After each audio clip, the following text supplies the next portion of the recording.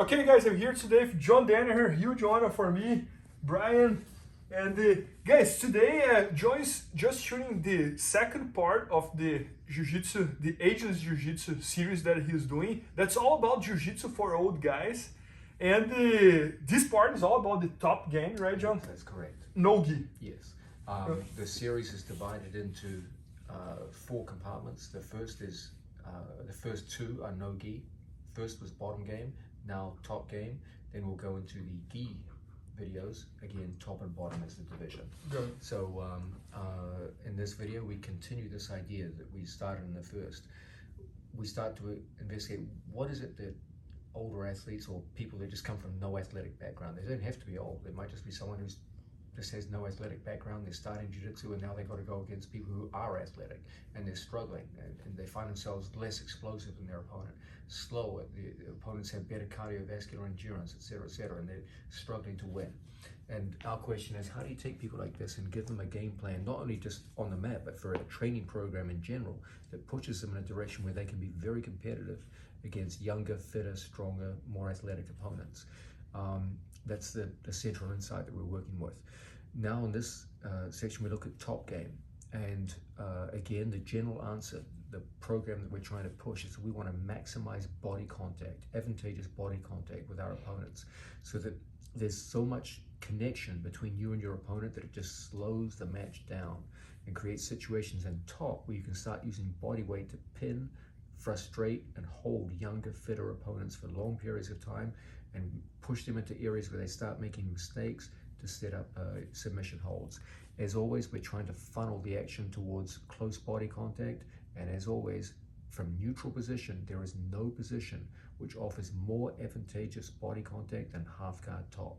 So we're trying to get a passing game which funnels everything towards half guard top position, and from there it's my earnest belief that older or less athletic opponents, players can overcome and pass even tough athletic guards, provided they can get these positions.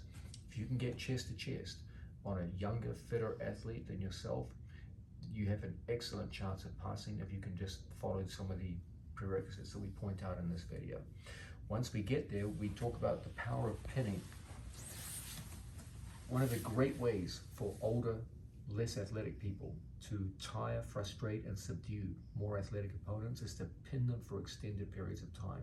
So we have a long section on just how to hold someone down, how to immobilize them, and if they're more powerful and explosive than you, how to use mobility and go from one pin to another in combinations to hold people down for extended periods of time and exhaust and frustrate them. I say this a lot to my students. It doesn't matter if the opponent is twice as fit as you, if you make him work 4 times harder than you. He can be fitter than you, that's okay. But if you make him work 4 times harder than you, you can exhaust even someone who's twice as fit as you are in a relatively short period of time. It all comes down to relative work rate. Who's working harder? Obviously, all things being equal, it's unlikely that a 55-year-old man will be as fit as a 20-year-old athlete. It's not likely to happen. It's, I guess, possible in some extreme cases, but it's generally not the case. But if you make that 20-year-old work 4 times harder than you for 10 minutes, yeah, I agree, he's going to be exhausted and you'll be fine. So that's the general tactic. Create maximum body contact, funnel everything towards half guard top. Focus on half guard top as the premier passing position for older or less athletic people, and go into pins. Use the pins to cook people over time, so that you use time as a weapon. You use the things that older athletes are known for: tactics and patience, wisdom and patience. Use your grappling wisdom to slow it down, tire and frustrate, and then ultimately take them into submissions. I actually rather excited to talk about some of the submissions we teach in this video, but because I've never actually taught them on video before. One of them will be the American lock, which American lock, what? The Americana, and I've never taught that on video before, so I'm excited to do that. Things like the North-South strangle, I've never taught that on video before.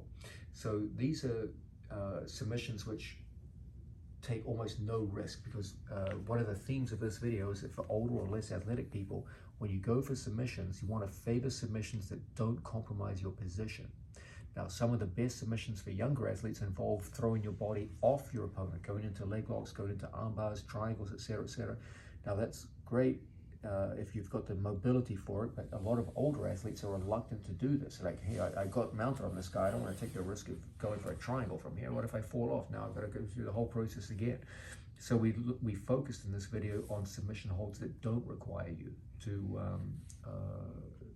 dismount from your opponent. So things like karagatame, the arm triangle from top position, north-south strangle. You go for that. If it doesn't work, you sit on top of it. So there's no compromise to your position. And so the emphasis on the video is on high percentage strangle holds and arm locks, kimuras, etc., where if it all goes wrong, you don't lose your position. And that way you can use, as an older athlete, position over time to exhaust people. And as the exhaustion increases, the resistance levels goes down, that's when these submission holds start to work really well. There's some fun stuff in there. For example, I love teaching north-south guillotines, and this time I taught a variation that I always used to teach that I came up with many years ago called the east-west guillotine. So let's have a look at that now. Yeah, I'm curious to see that. Normally, in a north-south type situation, when we come in and go on the attack, we go straight on through, lock, and then pin our training partner's carotid right between our rib cage and bicep. And then from here we start the movement that takes us back into the north-south position. As we go through and connect our hands, we perform a push-off that brings us down. Our chin goes lower than our training partner's shoulder, and it's from here that we get the classic north-south strangle. North-south, of course, involves a pure belly-down finish. One thing I was known for was the idea of going further than this, and instead of going belly down, use a finish which ends perpendicular in a T position relative to our training partner. So from that same situation, we come in on a training partner and lock, just like so, and focus on taking our thumb all the way up to our belly button. Now, this time as our opponent tries to put in defensive hands, our whole thing is to get outside of our training partner's elbow. If you're inside his elbows, that's when they can start pushing up and causing problems here. So it's important always from here we get our ear to our training partner's tricep. And as we walk around, instead of us coming down to a belly down position, we're going to throw our head down to the floor and walk around to a position where we're perpendicular to our training partner's shoulders. Oh, that's amazing. And then from here, right shoulder comes down and it almost doubles the strength of the strangle. The key to these strangles from north-south, most people get wrong, is they try to lift their hands to their shoulder like they would for a guillotine, when in fact the emphasis is on bringing your shoulder down to your hand, the exact opposite of what you would normally do. The east-west strangle, because your hips are much higher, gives you a much greater ability to drive your shoulder down to your wrist and create a very, very strong form of contact. So regardless of what our setup is, when we lock up on our training partner, everything starts the same, and then from here we get outside of our training partner's elbows, we get to our lock, and we come up into position just like so. And Brian will tell you, it creates a stranglehold. Oh, that's awesome. You call this northeast? It's east-west. Because East-west. normally you're north-south, and then this one you finish on a T, so it goes east-west. I have never seen this before, though. Yeah. We also go over my approach to the American lock, which is quite different from conventional methods. It's a strange thing, Bernardo. The American lock is probably the first lock you learn in Jiu-Jitsu. Your first day in class. First class. They teach you, get mounted, and do the American lock. Normally in Jiu-Jitsu, the stuff they show you on the first day is the most important stuff. It's the techniques you'll be using for the rest of your career. Elbow escapes, bridge and roll, things like this. The American lock is very unsuccessful in competition. Very true. You hardly ever see it. Man, it's been a long time since I can even remember a World Championship or ADCC an American lock being used. I can't even think of one off the top of my head. So that's strange. Normally, those fundamental moves you learn in your early days are the moves you'll be using throughout your career. But the American lock is the exception. It's a move you learn on your first day, and yet you hardly ever see it being used at the highest levels. And I do believe there are some limitations to the move, which there's a reason why you don't see it so often, but I do believe that it's a better lock than most people believe it is. And I'm hoping to change people's mind about the American lock in this video and give some insights that'll make them more successful with it. Who knows, maybe it'll come into fashion at some point. That's exciting. Oh, John, and one thing I was thinking here is like, your best student, Gordon, it's almost like the proof of what you were talking about, because many times, or most of the times, he always chases the chest to chest passing, getting the half guard, and when he gets there, he goes very slow. It's almost like slow motion. Yeah, it's an odd thing about Gordon is that I believe his game, if he chooses to compete into his 40s, I don't know if he will, but you know, he's problems with his stomach, but if he's able to do it for a long time, he's one of those guys who will be highly effective with his jiu-jitsu into his 40s and 50s. Yeah. Because his game has no requirements for any kind of explosiveness or great flexibility. He has decent flexibility folding his body forwards, but that's the only kind of flexibility he has. And sometimes he uses speeds on match, but he has that as a weapon, kind of like losing passes and that. But 80% of his passes are like using the half guard. The vast majority of his passing is from chest to chest positions, and as a result, it tends to be a kind of guard passing which exhausts his opponents. You often see them fatiguing through a match while preserving his own energy. Yep. And people think, oh man, Gordon must have the best cardiovascular fitness of anyone. He never gets tired, but his opponents are always exhausted. It has much more to do with work rate than anything else. His opponents are working 4 times harder than he is in those situations. And that's really what we need to do with less athletic students in this video. We're going to say, hey, if either age or your athletic background means you're compromised, your opponents are more athletic than you are, you got to do something. You got to have some set of tactics. You can't fight them the same way they're fighting you. And once less athletic people understand that, then they can become very, very successful in jiu-jitsu. I'm sure you guys have all had the experience. I mean, there's some guys, you walk into the gym, there's some guys in their 40s and 50s who are still highly effective on the mats. And they go with the youngest athletes. They may not beat the champions of that era, but they can give them one hell of a match. And I have plenty of students who are in their early 50s who can train with the best guys in the world to give them a tremendous workout where it might go 20, 30 minutes before there's a submission. And I really wanted to help other people around the United States and around the world to get into that.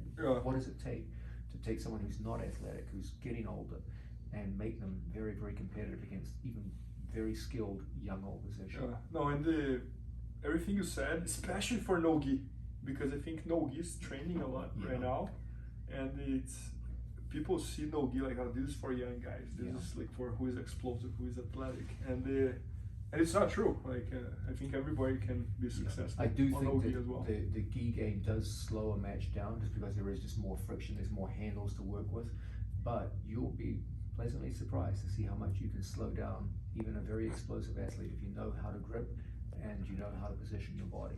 And if you can do these things from top position, you can surprise very athletic people.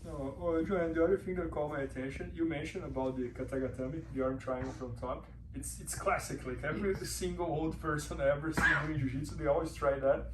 And it's another position that Gordon is like the best at it as well. So it's kind of like the proof that he does very well with it. And there's a few things you can do to.